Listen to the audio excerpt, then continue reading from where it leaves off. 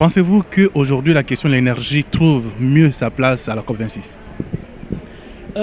Oui, je pense que ce que nous avons réussi à faire, c'est montrer les intersectionnalités qui existent entre l'énergie et le réchauffement climatique. Ça n'a pas toujours été très clair parce que la plupart des gens ne voyaient cette question que sous l'angle de la cuisson propre, c'est-à-dire sous l'angle de la déforestation pour le bois énergie.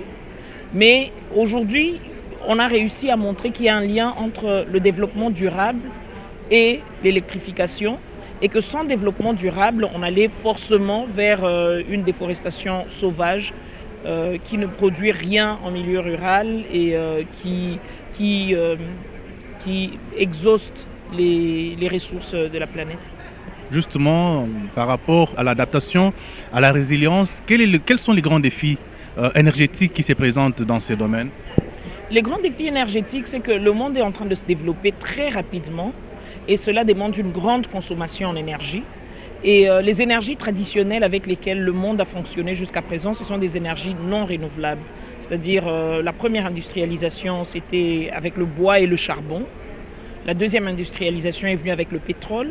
Et maintenant, on parle d'autres types d'énergies qui peut-être aujourd'hui ne sont plus considérées comme des énergies avec lesquelles la planète pourrait se développer dans le long terme.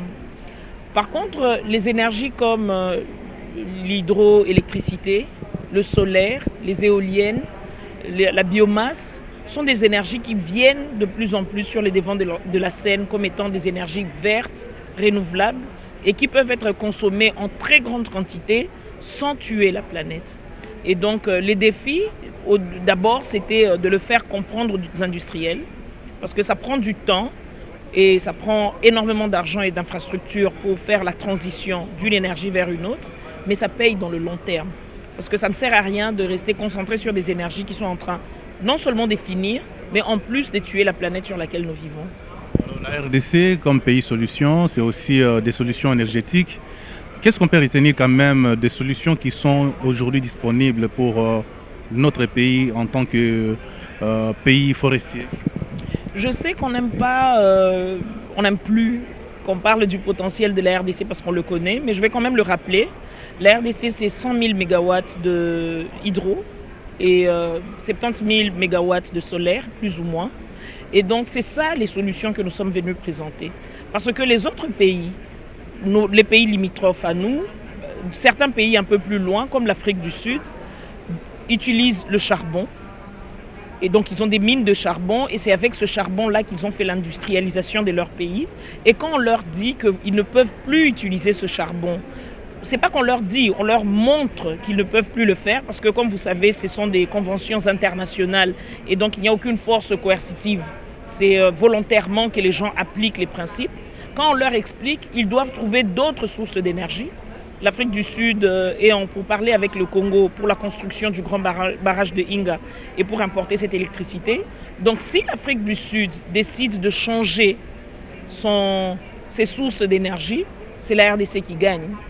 Et donc c'est ce genre de réflexion, ce genre de changement de comportement au niveau individuel, oui, mais surtout au niveau des nations que nous sommes venus inspirer. Ajouter quelque chose sur les énergies renouvelables décentralisées. À quoi fait-on justement allusion en parlant de ces concepts?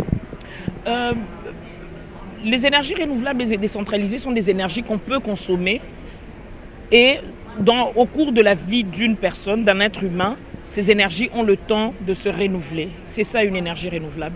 Et donc chez Anser, évidemment, on met l'accent sur les énergies renouvelables tout en sachant que là où on ne peut pas faire autrement, on va prendre ce qui peut être fait. Nous pensons justement au solaire, aux éoliennes, nous pensons à la biomasse. Et ce sont des solutions qui ont été essayées ailleurs, à grande échelle. Et des occasions comme la COP sont aussi des occasions de partage d'expériences. Donc nous avons énormément appris, pas seulement en termes des techniques elles-mêmes et comment c'est fait et quels sont les bénéfices sur la population, mais nous avons aussi appris qui sont leurs partenaires techniques et financiers, parce qu'on ne va pas réinventer la roue. S'il y a des personnes qui ont déjà fait ces recherches, on va puiser dedans. Vous savez que le budget de recherche de la République démocratique du Congo n'est pas très très grand parce que nous avons plusieurs besoins prioritaires et cruciaux. Et donc nous pouvons surfer sur l'expérience d'autres nations pour implémenter, adapter les solutions qu'eux ont développées pour leur pays. Et c'est dans ce cadre-là que nous avons fait plusieurs rencontres intéressantes. Nous avons rencontré la Banque mondiale, la Rockefeller Foundation, nous avons rencontré le Fonds climat, le Fonds vert pour le climat. Nous avons rencontré plusieurs partenaires. Et ce n'est pas seulement pour discuter d'argent, c'est aussi pour discuter d'un accompagnement technique que nous les avons fait venir. De notre côté, chez Anser, nous sommes aussi venus avec un message au-delà du message de la RDC Pays Solutions. Nous avons présenté le potentiel de la RDC, mais nous avons aussi lancé une invitation à plusieurs partenaires, privés comme publics, les ONG.